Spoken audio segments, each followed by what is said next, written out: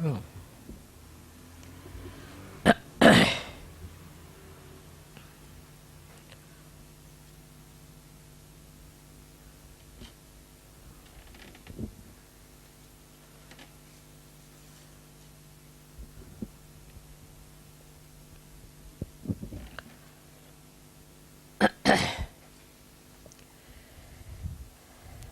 It is such a joy to see so many Sahajogis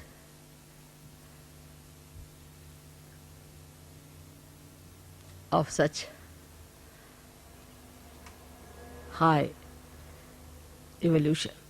I am sure all the gods and goddesses and the God Almighty Himself must be overjoyed to see this achievement, no doubt about it. But I was told that you want to know higher ways or higher things by which you would like to ascend higher and higher.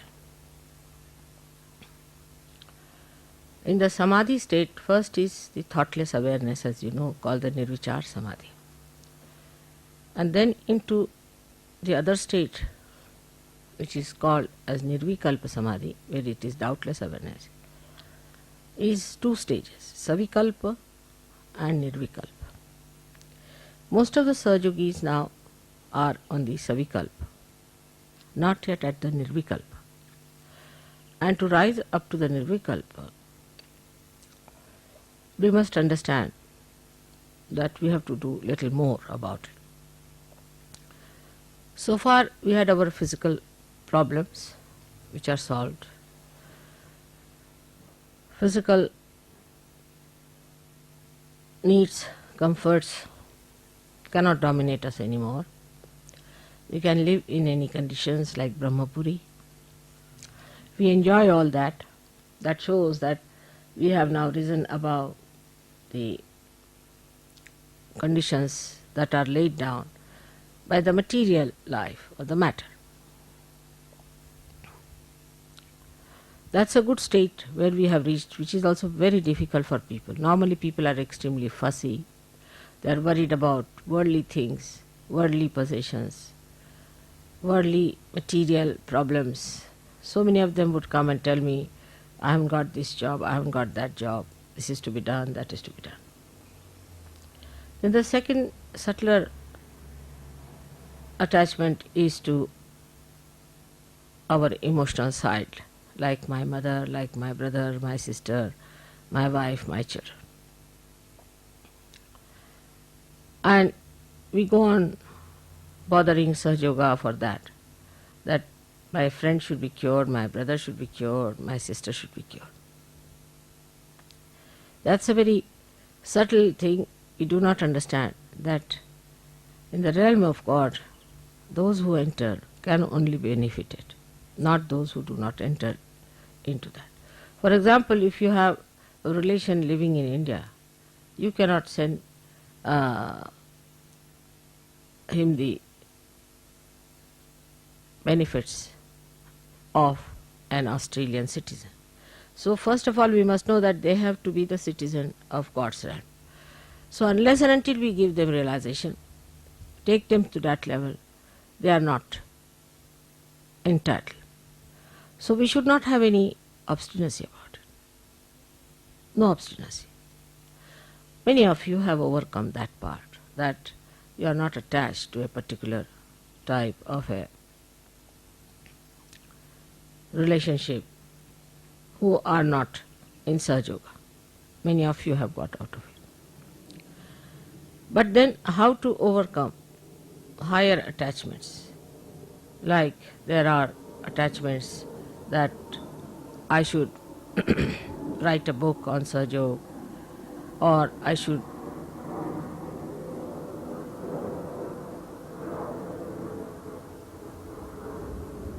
paint something for Sahaja Yoga, I must earn for Sahaja Yoga, I must do this for Sahaja Yoga. This is also in a very subtle way is ego. That I should be the leader of Sahaja Yoga. Then there are jealousies If mother says this is not good, you feel hurt. If mother says this is good, you feel happy. That means you are still at a very subtler state of ego where you think that whatever you say should be approved by me. That is something is very subtle and we do not understand. That if mother is not approving of it, there must be basic divine reason. Otherwise, why should I not approve of it? So when you have such subtler attachments also, of a higher level we should say, we must know that it's all the work of God and we are just channels in the hands of God. Now, we have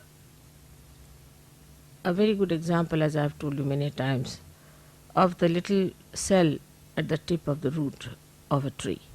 How it is so wise to avoid whatever is hard and to take to whatever is soft and to embed the tree into the soil.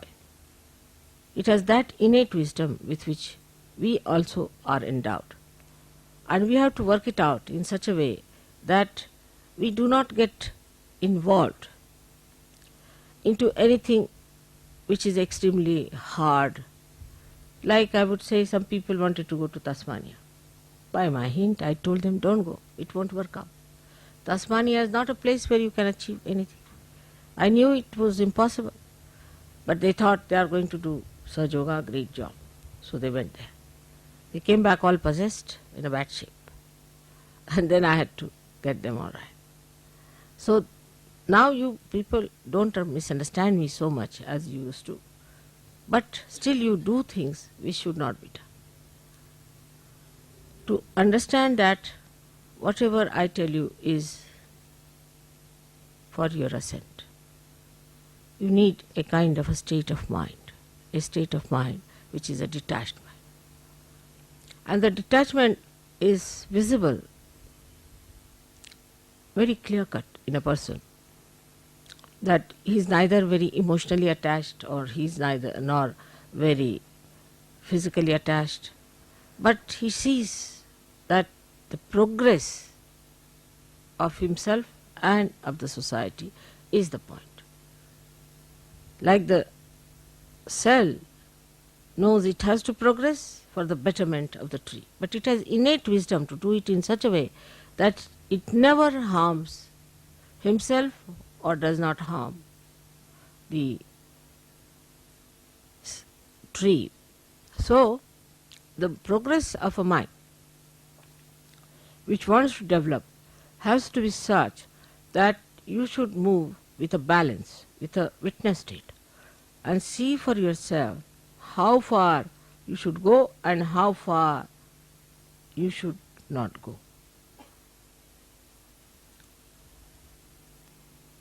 Going to extremes is not Sahaja Yoga style. Ascent is. So even if you find somewhere, you go and find that there is no response, then you must know that it is nothing wrong with Sahaja Yoga, nothing wrong with you, but perhaps you have not approached the right place or you have not approached the right way, you have not done the way it should have been. So change your style. In Sahaja Yoga, we have to go on changing our directions according to the need of the hour. We are not fixed quantity, rigid quantity. Most of the people think that we are so rigid that we cannot move this side or that side. The mobility of our movement is so great, I say 360 degrees, because you are stationed in the center in your spirit. You can move any way you like as long as you are centered in your spirit. But this is an important point which we miss, that we are centered in our spirit. And whatever movement we do, as long as we are centered in the spirit, is necessary for our growth and for the growth of the collective. Now let us see certain emotional sides we have, how we can conquer. It's very simple. You are very fortunate, I should say in a way, than any other seekers so far, because you have before me myself sitting. I am sitting before myself and I see myself as a good example of following. When you have someone like that, that's very simple to see. People didn't have any such people, or some leaders, or somebody who was an ideal. So it was all right that they went wrong. But those who have something before them, it's very simple. The secret is like this.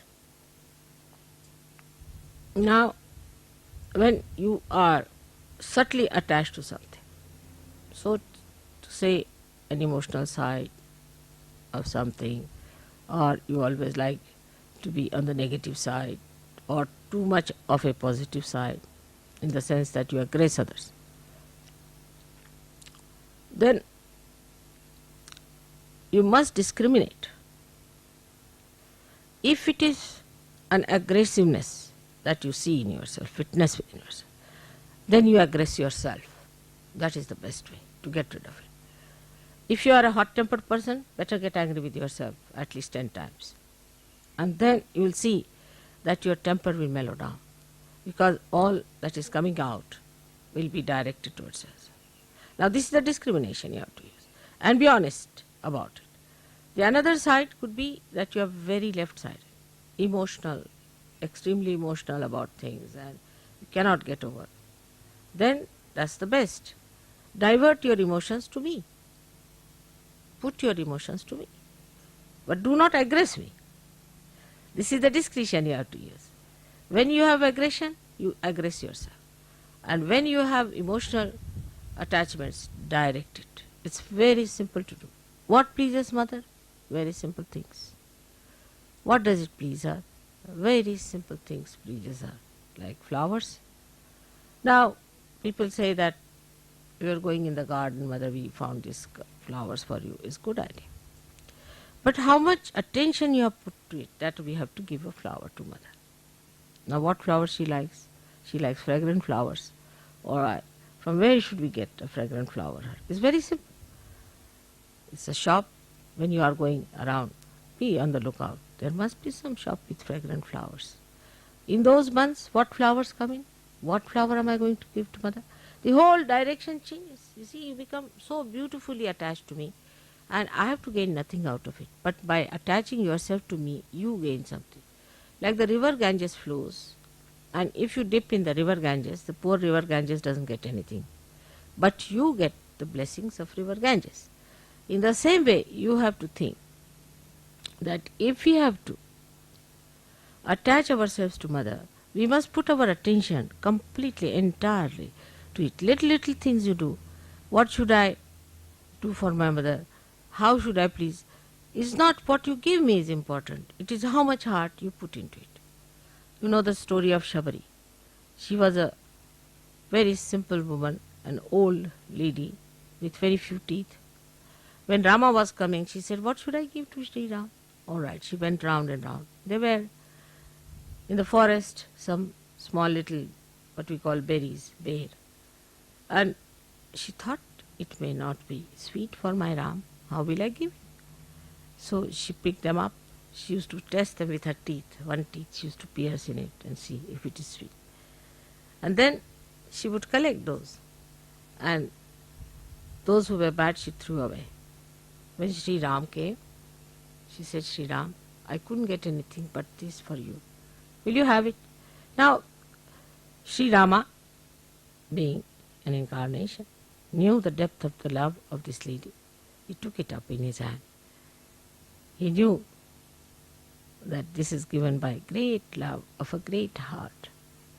So, she says, this I have tested each one of them. Don't have any doubts. I have tested in every one of them. They are all very sweet. You can have them. So, he puts it in the mouth, tells his wife, I have never eaten such beautiful fruits, such great fruits before. I mean, it's such a simple fruit to see. Sitaji, his wife, being an incarnation herself, she said, you must give me some, after all I am your ardhangi, the half, better half. But Lakshmana was getting angry. He said, "Who is this old woman sitting here and giving such? We don't eat things, you see, eaten by others. We call it ushta. Is a uttishta. Means the one who has eaten something is never given unto Rama." So was very angry, fuming with temper. So she takes it in her hand and she tells her brother-in-law, "Oh, this is the best I've had, oh, my brother-in-law. I've never had such beautiful fruits." Now he gets tempted. And he says, "Really? Can I have some?" He said, "No, it's only for me and my husband. You better ask her." So he asks Shri, "Can you give me some, please?" The whole temper fizzles out. And then he sees the beauty of that fruit because it is done with love. So this is what it is. Love which you have should be expanded. Now very simple. If you are attached to me, I am a person who is so much spread out all over. It goes into the whole, it goes into the nature. It permeates everywhere. Whatever love you give me is not like a drop in an ocean, but is this ocean in a drop. And that is what we must understand, how to love Mother. But when you love me, you won't feel bad. If I tell you something, this is not good for you, you should not have done it. Because if you want to be all right, you would say, "All right, Mother, this was wrong, all right, I'm sorry, I'll never do this again." This is a very simple way, but it is a very difficult thing for human being. It's so simple. I asked Warren that are they prepared to take up what I say. Then you will be surprised when we are in love with someone. We don't mind how we cross the roads, how we go there, how we have to cross floods, this, that. That force of love takes us there. In the same way, the force of love for water, for the whole tree, takes that little root. That innate wisdom is nothing but the love he has for the whole tree, that he goes to the water, sucks it in for that great. It's not that it is important for the tree. If there is no one tree, one root doesn't matter. But it is the wholesomeness of existence that one feels when you become one with the whole. And this wholesomeness is to be felt. And that's the greatest enjoyment. The wholesomeness is to be felt within yourself, is the greatest enjoyment. And that is how we progress higher and higher. So the savikalpa is this, that we are still busy with our relationships.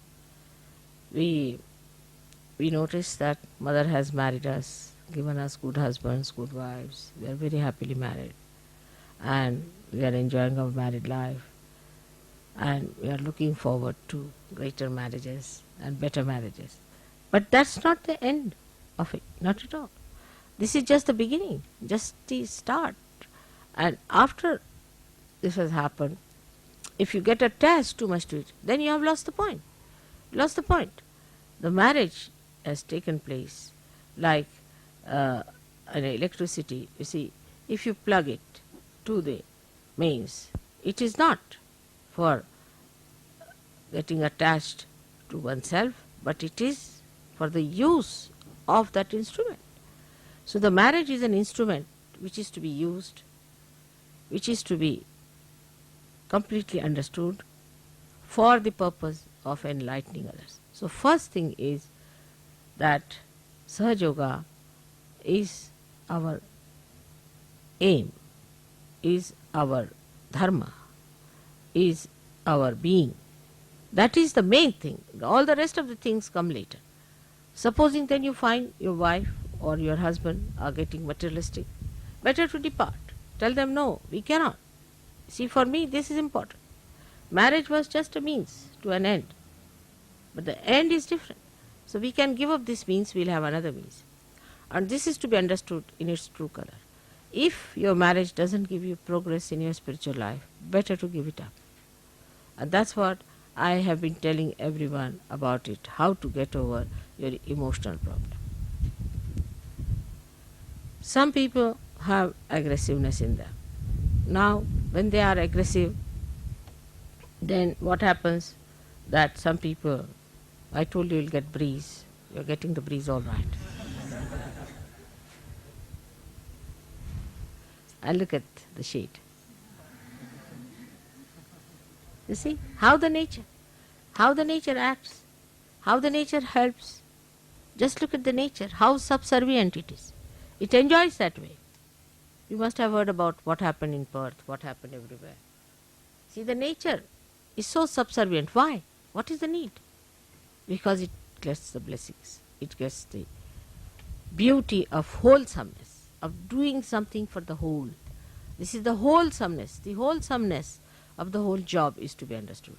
And when it is understood, then only you realize the beauty of your being Sahajogis. Otherwise, you just for a limited thing, I got married, I'm much better, I got rid of my bad habits. That's not sufficient. The quality of wholesomeness, when is experienced within ourselves, then only that joy comes in. So we go up to a point and then we recede. Like the sea, it goes up to a point and then recedes. It does not go beyond a certain point. It has its own maryadas. It knows how far to go. But what does it do? It ascends at clouds. It purifies itself, ascends at clouds, and then meets the Himalayas, and then you get the rain for the benefit of all the others. It's a big circle that is made, and the wholesomeness of that circle is realized by the sea. In the same way, you must know that you are in that great circle of nature where you have to play your own part in a full way. And once you realize that mentally, you should put it in your heart the way I have said it. Because to put it in the heart for some people is very difficult. Like they'll do my puja all right, it's mechanically. But some people may not even do any puja. They sit before the photograph and talk to me heart to heart without saying anything. And even in puja, when I see people doing puja, I know how far they are dedicated. Because the way they do it with caution, with care, with awe, with understanding. Everything is so beautiful. But if somebody is doing just a ritual thing, I get a fright. I just don't understand. Now next time he might hit my foot or something like that. So one has to be all the time ascending. Ascent has to be achieved. And that ascent is only possible when we start giving up all these ties and tags that we have. These ties and tags keep us down. So get over that ties and tags. The other day I was telling Warren that you see men and women after 45 or 50 still go on thinking of marriages. It is too much. It's all right. After 40 also one should be all right. But at least 45, 50. But even at 60 years somebody comes and says, Mother, get me married. Then I really get fed up. As if my job is to get you married like a clergyman. So this is not the way. What is in a marriage? Some people are seeking their husbands all their lives. When are you going to seek the real one? That is your spirit. So that category of people have to come up and work it out in that manner. Then only our family, our relationships, our society will have some meaning in the realm of God. Otherwise, it has no meaning. We have to be meaningful to Him, not that He should be meaningful to us. We should change our attitude towards Him. That what has God done for us? Let's see, we should say, what have we done for God? What have we done for God? Then you will get ideas what is to be done, how to spread out, how to go ahead, how to work it out. But still there are limitations, I know. Some people have limitations. They have limitations because they have a background. Some of them come from countries which has a background. And also the other one is that the problem of these people delimiting others. When they come in contact with you, they try to delimit by their talks, by their, I should say, talks without understanding what they mean, some sort of frivolous, sarcastic things. And people get impressed by such people. And if you get impressed, then you should know you are not a Sahajogi. A Sahajogi is to be known by his character, by his righteousness, by his behavior. The behavior of a Sahajogi should be extremely a peaceful behavior. Peaceful. Sahajogis who are just rushing up and down, upset, are not Sahajogis. peaceful. Now how do you get your peace? Peace comes from your spirit. Because you know you are in your spirit. You know that you are one with God Almighty. What is there to hurry? Where is he going and where are you going? You are together. Whatever is there, you are there. So what is there to hurry? What is there to just hasten something or get upset? Peaceful personality comes when you say, no, not this. When the haste starts, then you should say, not this, not this, not this. Another could be that when you see somebody whom you don't like or who has been harsh to you, who has been cruel to you, you get annoyed. And then again you will get disturbed. At that time, I forgive, I forgive, I forgive. Main thing is you have to be peaceful. Not that some people say that, Mother, I try to forgive. It's difficult to forgive. It's all mythical, you know that very well. But what you have to say, I forgive, I forgive, I forgive, if there's disturbance. Mine is another case. Supposing I see somebody who is a Rakshasa, then you see a kind of a thing builds in me, which I don't know what you should call in human words, but we can say anti-forces against that person, like tremendous vibrations. And when they are released, you see, they engulf that Rakshasa. He goes down in his own estimation, in the estimation of others. Somehow or other, he gets destroyed. In a modern way, he is not killed, but in a way, he is killed. So this is what happens, but that may not be with you. So what you have to do, when you start feeling anything, anger against, say, some very devilish guru, supposing, then you build it up in yourself, and that built up anger within you will neutralize that will. You need not say it out, you need not talk about it, but that built up anger will little bit trouble you also, because it has a little reaction. But when it is released, it will have an effect, and such a person cannot stand a Sahaja Yogi. See, there are so many things that happen. Automatically they'll happen. As you know that I had told people that don't bring Rajneesh people to me, but they wouldn't listen to me. They brought 3 people in a program, and 3 of them collapsed just like a big boulder, and I didn't know what to do with them. So they were really literally taken off as you would take out a big stone. So in that case, I didn't get angry. I didn't do anything. But as soon as they came, the built up force within me just froze them completely. I didn't do anything. On the contrary, it was disturbing our program, but the built up force would not wait, it just froze them. So this is what is the other side of it, that even if you hate any guru, you don't like him because he has been so unkind, build up that force. For that you need strength, because it's painful little bit.